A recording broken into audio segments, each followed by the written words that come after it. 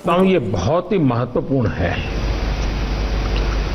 Vaccine को लेकर जो विश्वास इस चर्चा में नजर आया है वो कोरोना के खिलाफ देश की लड़ाई को और मजबूत करेगा।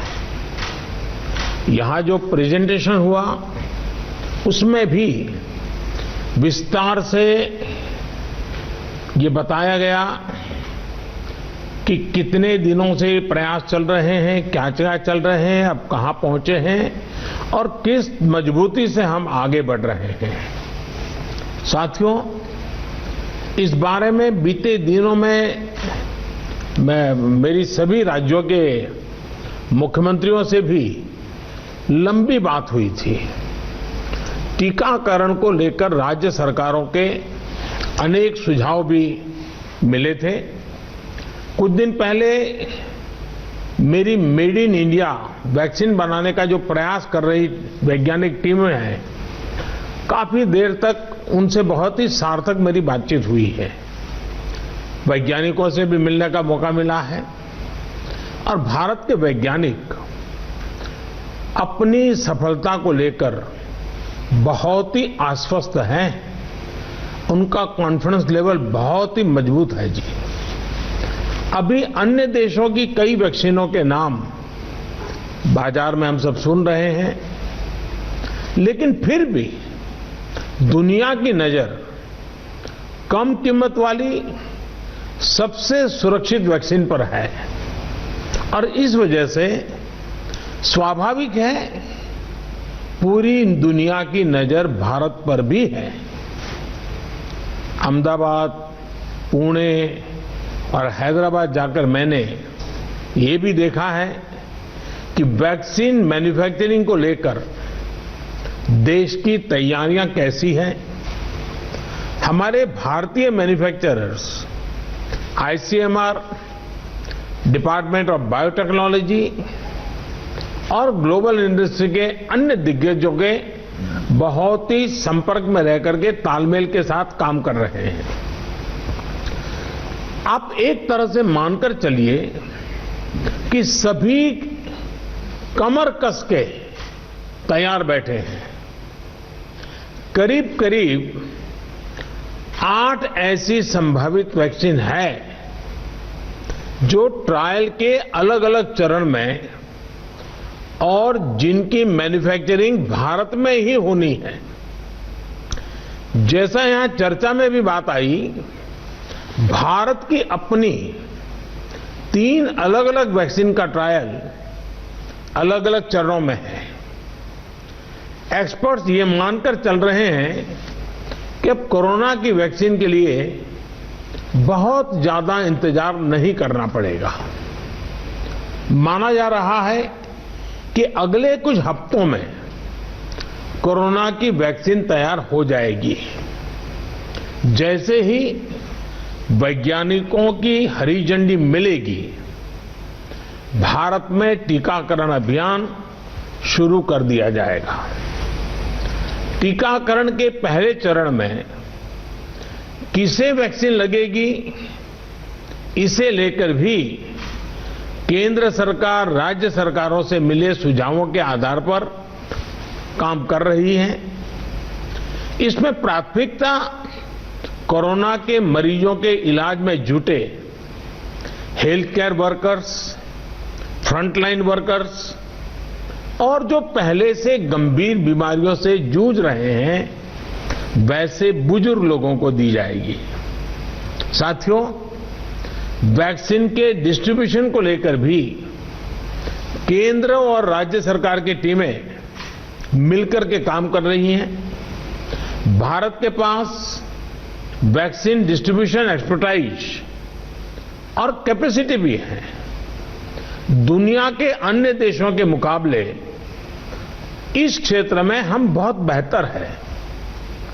हमारे पास टीकाकरण के लिए दुनिया का बहुत बड़ा और अनुभवी नेटवर्क भी मौजूद है। इसका पूरा लाभ उठाया जाएगा। जो कुछ अतिरिक्त कोल्ड चेन इक्विपमेंट अन्य लॉजिस्टिक की जरूरत पड़ेगी, राज्य सरकारों की मदद से उसका भी आकलन हो रहा है। कोल्ड चेन को और मजबूत करने के लिए भी साथ ही साथ अनेक नए प्रकल्प भी चल रहे हैं, कई और नए प्रयास भी चल रहे हैं। भारत ने एक विशेष सॉफ्टवेयर भी बनाया है, कोविन, जिसमें कोरोना वैक्सीन के लाभार्थी वैक्सीन के उपलब्ध स्टॉक और स्टोरेज से जुड़ी रियल टाइम इंफॉर्मेशन रहेगी। भारत में कोरोना वैक्सीन की रिसर्च से जुड़े दायित्व के लिए विशेष टास्क फोर्स का गठन किया गया था और वैक्सीन से जुड़े अभियान का दायित्व नेशनल एक्सपर्ट ग्रुप को दिया गया है। इसमें टेक्निकल एक्सपर्ट्स हैं, केंद्र सरकार के संबंधित मंत्रालयों और विभागों के अधिकारी हैं, प्रत्येक जोन के हिसाब से राज्य सरकारों के भी प्रतिनिधि हैं। ये नेशनल एक्सपर्ट ग्रुप राज्य सरकारों के साथ मिलकर के काम कर रहा है। राष्ट्रीय और स्थानीय हर जरूरत के मुताबिक फैसले नेशनल एक्सपर्ट ग्रुप द्वारा सामूहिक तौर पर लिए जाएंगे। साथियों, वैक्सीन की कीमत कितनी होगी, इसे लेकर भी सवाल स्वाभाविक है। केंद्र सरकार इस बारे में राज्य सरकारों के साथ बात कर रही है। वैक्सीन की कीमत को लेकर फैसला जन स्वास्थ्य को सर्वोच्च प्राथमिकता देते हुए किया जाएगा और राज्य सरकारों की इसमें पूरी सहभागिता होगी। साथियों, एक राष्ट्र के रूप में भारत ने जो फैसले लिए, जिस प्रकार भारत ने तेजी से वैज्ञानिक तरीकों को अपनाया, उसका परिणाम आज दिख रहा है। भारत आज उन देशों में है जहां पर प्रतिदिन टेस्टिंग बहुत ज्यादा हो रही है। भारत आज उन देशों में है जहां पर रिकवरी रेट भी बहुत ज्यादा है। भारत उन देशों में भी शामिल है जहां पर कोरोना की वजह से होने वाली मृत्यु दर इतनी कम है। भारत ने जिस तरह कोरोना के खिलाफ लड़ाई को लड़ा है, वो प्रत्येक देशवासी की अदम्य इच्छा शक्ति को दिखाता है। विकसित देशों, अच्छे मेडिकल इंफ्रास्ट्रक्चर वाले देशों की तुलना में भी भारत ने इस लड़ाई को कहीं बेहतर तरीके से लड़ा है और अपने ज्यादा से ज्यादा नागरिकों की जान बचाई है। हम भारतीयों का संयम, हम भारतीयों का साहस, हम भारतीयों का सामर्थ्य इस पूरी लड़ाई के दौरान अतुलनीय रहा है, अभूतपूर्व रहा है। हमने सिर्फ अपने ही नागरिकों की चिंता नहीं की, बल्कि हमारे देशों के नागरिकों को भी बचाने का हर प्रयास, अन्य देशों के साथ का मदद करने का भी काम, हर संभव प्रयास किया गया। साथियों, फरवरी मार्च की आशंकाओं भरे, डर भरे माहौल से लेकर आज दिसंबर के विश्वास और उम्मीदों भरे वातावरण के बीच भारत ने बहुत लंबी यात्रा तय की है। अब जब हम वैक्सीन के मुहाने पर खड़े हैं, तो वही जन भागीदारी, वही साइंटिफिक अप्रोच, वही सहयोग आगे भी बहुत जरूरी है। आप सभी अनुभवी साथियों के सुझाव भी समय समय पर भी इसमें प्रभावी भूमिका निभाएंगे। आप सभी जानते हैं कि जब भी इतना व्यापक टीकाकरण अभियान चलता है, तो अनेक प्रकार की अफवाहें भी समाज में फैलाई जाती हैं। ये अफवाहें जनहित और राष्ट्रहित दोनों के विरुद्ध होती हैं। इसलिए हम सभी दलों का ये दायित्व है कि देश के नागरिकों को ज्यादा से ज्यादा जागरूक करें, उन्हें किसी भी अफवाह में बचाएं।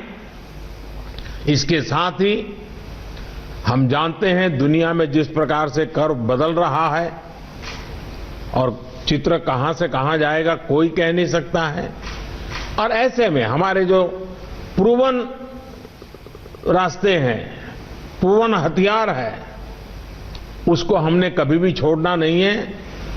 और इसलिए 2 गज की दूरी और मास्क के प्रति भी हम लोगों को लगातार सतर्क करते रहना है। देश ने अब तक जो प्राप्त किया है, किसी भी तरह की लापरवाही उसे नुकसान पहुंचा सकती है। मैं सभी राजनीतिक दलों के महानुभावों से आग्रह करूंगा, हर एक को आज बोलने का अवसर नहीं मिला है, लेकिन मेरी प्रार्थना है कि आप लिखित भेजिए। आपके सुझाव बहुत काम आएंगे, आपके सुझावों को गंभीरता से लिया जाएगा और योजना में वो भी बहुत पूरक होंगे। इन सभी आग्रह के साथ मैं आज आप सभी का बहुत बहुत आभार व्यक्त करता हूं। आपने समय निकाला, बहुत बहुत धन्यवाद।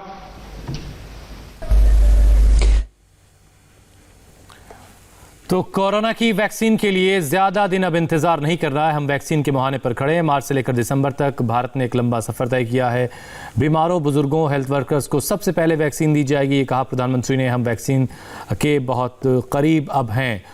कोरोना काल में हमने एक लंबा सफर तय किया है और एक हमने लंबी लड़ाई लड़ी है और बहुत जल्द कोरोना वैक्सीन हमें मिलेगी। जो बुजुर्ग हैं, जो बच्चे हैं और जो हेल्थ वर्कर्स हैं, सबसे पहले वैक्सीन उन्हें दी जाएगी। एक बार फिर से आपको सुनवाते हैं क्या खास बातें प्रधानमंत्री ने कही हैं। आप सभी वरिष्ठ साथियों का बहुत बहुत आभार। इस चर्चा में आपने जो विचार व्यक्त किए, जो सुझाव दिए, मैं समझता हूं ये बहुत ही महत्वपूर्ण है। वैक्सीन को लेकर जो विश्वास इस चर्चा में नजर आया है, वो कोरोना के खिलाफ देश की लड़ाई को और मजबूत करेगा। यहां जो प्रेजेंटेशन हुआ उसमें भी विस्तार से ये बताया गया कि कितने दिनों से प्रयास चल रहे हैं, क्या क्या चल रहे हैं, अब कहां पहुंचे हैं और किस मजबूती से हम आगे बढ़ रहे हैं। साथियों, इस बारे में बीते दिनों में मेरी सभी राज्यों के मुख्यमंत्रियों से भी लंबी बात हुई थी। टीकाकरण को लेकर राज्य सरकारों के अनेक सुझाव भी मिले थे। कुछ दिन पहले मेरी मेड इन इंडिया वैक्सीन बनाने का जो प्रयास कर रही वैज्ञानिक टीमें हैं, काफी देर तक उनसे बहुत ही सार्थक मेरी बातचीत हुई है। वैज्ञानिकों से भी मिलने का मौका मिला है और भारत के वैज्ञानिक अपनी सफलता को लेकर बहुत ही आश्वस्त हैं। उनका कॉन्फिडेंस लेवल बहुत ही मजबूत है जी। अभी अन्य देशों की कई वैक्सीनों के नाम बाजार में हम सब सुन रहे हैं, लेकिन फिर भी दुनिया की नजर कम कीमत वाली सबसे सुरक्षित वैक्सीन पर है और इस वजह से स्वाभाविक है पूरी दुनिया की नजर भारत पर भी है। अहमदाबाद, पुणे और हैदराबाद जाकर मैंने ये भी देखा है कि वैक्सीन मैन्युफैक्चरिंग को लेकर देश की तैयारियां कैसी हैं। हमारे भारतीय manufacturers, ICMR, department of biotechnology और ग्लोबल इंडस्ट्री के अन्य दिग्गजों के बहुत ही संपर्क में रह करके तालमेल के साथ काम कर रहे हैं। आप एक तरह से मानकर चलिए कि सभी कमर कस के तैयार बैठे हैं। करीब करीब 8 ऐसी संभावित वैक्सीन है जो ट्रायल के अलग अलग चरण में और जिनकी मैन्युफैक्चरिंग भारत में ही होनी है। जैसा यहां चर्चा में भी बात आई, भारत की अपनी 3 अलग अलग वैक्सीन का ट्रायल अलग अलग चरणों में है। एक्सपर्ट्स ये मानकर चल रहे हैं कि अब कोरोना की वैक्सीन के लिए बहुत ज्यादा इंतजार नहीं करना पड़ेगा। माना जा रहा है कि अगले कुछ हफ्तों में कोरोना की वैक्सीन तैयार हो जाएगी। जैसे ही वैज्ञानिकों की हरी झंडी मिलेगी, भारत में टीकाकरण अभियान शुरू कर दिया जाएगा। टीकाकरण के पहले चरण में किसे वैक्सीन लगेगी, इसे लेकर भी केंद्र सरकार राज्य सरकारों से मिले सुझावों के आधार पर काम कर रही है।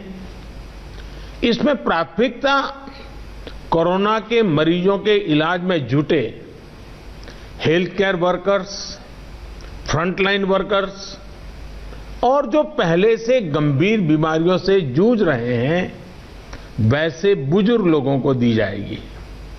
साथियों, वैक्सीन के डिस्ट्रीब्यूशन को लेकर भी केंद्र और राज्य सरकार की टीमें मिलकर के काम कर रही हैं। भारत के पास वैक्सीन डिस्ट्रीब्यूशन एक्सपर्टाइज और कैपेसिटी भी है।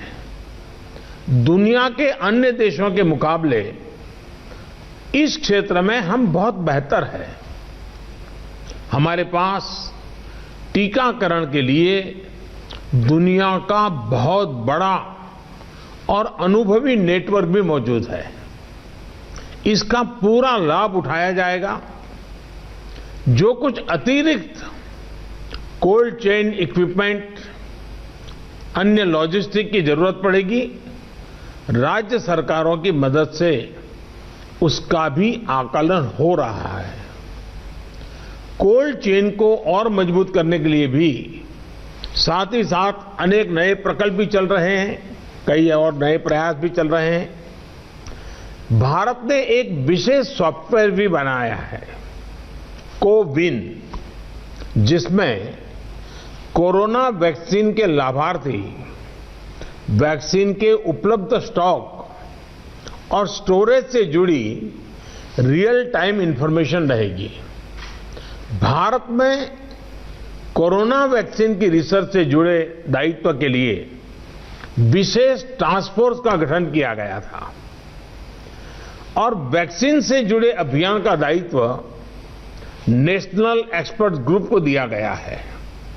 इसमें टेक्निकल एक्सपर्ट्स हैं, केंद्र सरकार के संबंधित मंत्रालयों और विभागों के अधिकारी हैं, प्रत्येक जोन के हिसाब से राज्य सरकारों के भी प्रतिनिधि हैं।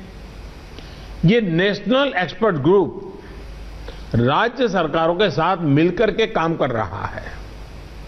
राष्ट्रीय और स्थानीय हर जरूरत के मुताबिक फैसले नेशनल एक्सपर्ट ग्रुप द्वारा सामूहिक तौर पर लिए जाएंगे। साथियों, वैक्सीन की कीमत कितनी होगी, इसे लेकर भी सवाल स्वाभाविक है। केंद्र सरकार इस बारे में राज्य सरकारों के साथ बात कर रही है। वैक्सीन की कीमत को लेकर फैसला जन स्वास्थ्य को सर्वोच्च प्राथमिकता देते हुए किया जाएगा और राज्य सरकारों की इसमें पूरी सहभागिता होगी। साथियों, एक राष्ट्र के रूप में भारत ने जो फैसले लिए, जिस प्रकार भारत ने तेजी से वैज्ञानिक तरीकों को अपनाया, उसका परिणाम आज दिख रहा है। भारत आज उन देशों में है जहां पर प्रतिदिन टेस्टिंग बहुत ज्यादा हो रही है। भारत आज उन देशों में है जहां पर रिकवरी रेट भी बहुत ज्यादा है। भारत उन देशों में भी शामिल है जहां पर कोरोना की वजह से होने वाली मृत्यु दर इतनी कम है। भारत ने जिस तरह कोरोना के खिलाफ लड़ाई को लड़ा है, वो प्रत्येक देशवासी की अदम्य इच्छा शक्ति को दिखाता है। विकसित देशों, अच्छे मेडिकल इंफ्रास्ट्रक्चर वाले देशों की तुलना में भी भारत ने इस लड़ाई को कहीं बेहतर तरीके से लड़ा है और अपने ज्यादा से ज्यादा नागरिकों की जान बचाई है। हम भारतीयों का संयम, हम भारतीयों का साहस, हम भारतीयों का सामर्थ्य इस पूरी लड़ाई के दौरान अतुलनीय रहा है, अभूतपूर्व रहा है। हमने सिर्फ अपने ही नागरिकों की चिंता नहीं की, बल्कि हमारे देशों के नागरिकों को भी बचाने का हर प्रयास, अन्य देशों के साथ का मदद करने का भी काम, हर संभव प्रयास किया गया। साथियों, फरवरी मार्च की आशंकाओं भरे, डर भरे माहौल से लेकर आज दिसंबर के विश्वास और उम्मीदों भरे वातावरण के बीच भारत ने बहुत लंबी यात्रा तय की है। अब जब हम वैक्सीन के मुहाने पर खड़े हैं, तो वही जन भागीदारी, वही साइंटिफिक अप्रोच, वही सहयोग आगे भी बहुत जरूरी है। आप सभी अनुभवी साथियों के सुझाव भी समय समय पर भी इसमें प्रभावी भूमिका निभाएंगे। आप सभी जानते हैं कि जब भी इतना व्यापक टीकाकरण अभियान चलता है, तो अनेक प्रकार की अफवाहें भी समाज में फैलाई जाती हैं। ये अफवाहें जनहित और राष्ट्रहित दोनों के विरुद्ध होती हैं। इसलिए हम सभी दलों का ये दायित्व है कि देश के नागरिकों को ज्यादा से ज्यादा जागरूक करें, उन्हें किसी भी अफवाह में बचाएं। इसके साथ ही हम जानते हैं दुनिया में जिस प्रकार से कर्व बदल रहा है और चित्र कहां से कहां जाएगा कोई कह नहीं सकता है, और ऐसे में हमारे जो प्रूवन रास्ते हैं, प्रूवन हथियार है, उसको हमने कभी भी छोड़ना नहीं है। और इसलिए 2 गज की दूरी और मास्क के प्रति भी हम लोगों को लगातार सतर्क करते रहना है। देश ने अब तक जो प्राप्त किया है, किसी भी तरह की लापरवाही उसे नुकसान पहुंचा सकती है। मैं सभी राजनीतिक दलों के महानुभावों से आग्रह करूंगा, हर एक को आज बोलने का अवसर नहीं मिला है, लेकिन मेरी प्रार्थना है कि आप लिखित भेजिए। आपके सुझाव बहुत काम आएंगे, आपके सुझावों को गंभीरता से लिया जाएगा और योजना में वो भी बहुत पूरक होंगे। इन सभी आग्रह के साथ मैं आज आप सभी का बहुत बहुत आभार व्यक्त करता हूं। आपने समय निकाला, बहुत बहुत धन्यवाद।